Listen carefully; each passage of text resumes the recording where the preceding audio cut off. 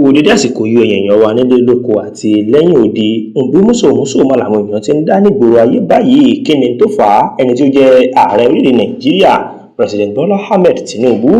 ó máa ti ṣe bẹ́ẹ̀ ó ti buwọ́lu ẹni tó jẹ́ igbákejì gómìnà ìpínlẹ̀ Èkó Ọbáfẹ́mi Hamzat gẹ́gẹ́ bí ẹni tí wọ́n fà á lẹ̀ gẹ́gẹ́ bí ọmọ oyè nínú ẹgbẹ́ òṣèlú All Progressives Congress APC tó bá di inú ìdìbò ọdún 2027 tó ń bọ̀ tí àwọn gómìnà yóò dì í. Àná ni wọ́n ṣiṣẹ́ lójú kìíní ọ̀hún lórílẹ̀ Nàìjíríà ti ṣe Àbújá lánàá nígbà tí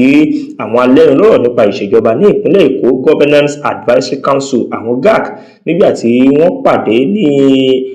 ilé agbára ní ìpínlẹ̀ Èkó ní Marina gẹ́gẹ́ bí a ṣe rí Prince Tajudeen Olùsì pẹ̀lú àwọn amúgbálẹ́gbẹ̀ẹ́ wọn tí wọ́n jọ wà níbi ayẹyẹ ọ̀hún o. Bákan náà ló jẹ́ gómìnà ìpínlẹ̀ Èkó Babájídé Olúṣọlá Sanwó-Olú náà wọn ò gbẹ́yìn níbi tí wọ́n ti jọ fi ọwọ́ sowọ́ papọ̀ tí wọ́n sì ti fi ẹnu kò sọ̀ọ́dúnrún wípé Hamzat gangan òun náà ni ẹni tí ó jẹ́ ìlú fẹ́mi lóyè tó sì tọ́ sí oyè ọ̀hún. Wọ́n ní ká tó bá tọ́ sí mú báyìí láàfin rẹ̀ mú. Wọ́n ní pé Hamzat láti ìgbà tí ó ti jẹ́ igbákejì gómìnà ìyún deputy ní ìpínlẹ̀ Èkó láti ọdún 2019 òun ni ó ti ń ṣe iṣẹ́ takuntakun àti iṣẹ́ ribiribi bẹ́ẹ̀ ló sì ń jẹ́ ọmọlúàbí sí gbogbo àwọn tó yẹ kó jẹ́ ọmọlúàbí sí o. Báyìí wọ́n ní òun gangan náà ni wọ́n fà lẹ̀ gẹ́gẹ́ bí ọmọ oyè tí ó sì máa díje dupò láti abẹ́ àsíá ẹgbẹ́ òṣèlú APC tí ó sì jẹ́ pé wọ́n ní àwọn kan tí wọ́n jẹ́ ọmọ ẹgbẹ́ òṣèlú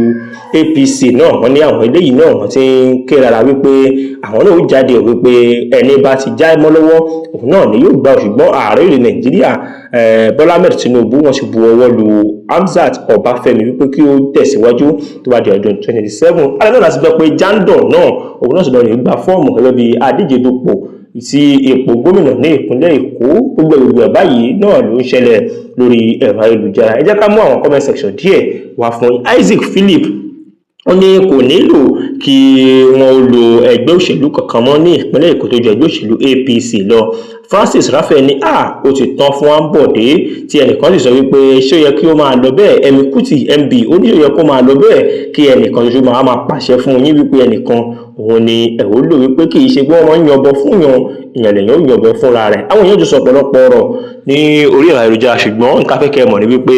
Bola Ahmed Tinubu jẹgàbámbọ̀kù ó ti bu ọwọ́ lu Ọbáfẹ́mi Hamzat KOH Kadiri Ọbáfẹ́mi Hamzat gẹ́gẹ́ bí ẹni tí ó máa jẹ́ ọmọ oyè láti ẹgbẹ́ òṣèlú APC tó bá dínú ọdún 2027 tí wọ́n mọ̀ dìbò gómìnà ní ìpínlẹ̀ Èkó. Kò ní jù báyìí lọ fún ti sáà yìí òun náà ní ká sáré mọ́ wá fún yín o. Ẹ ṣeun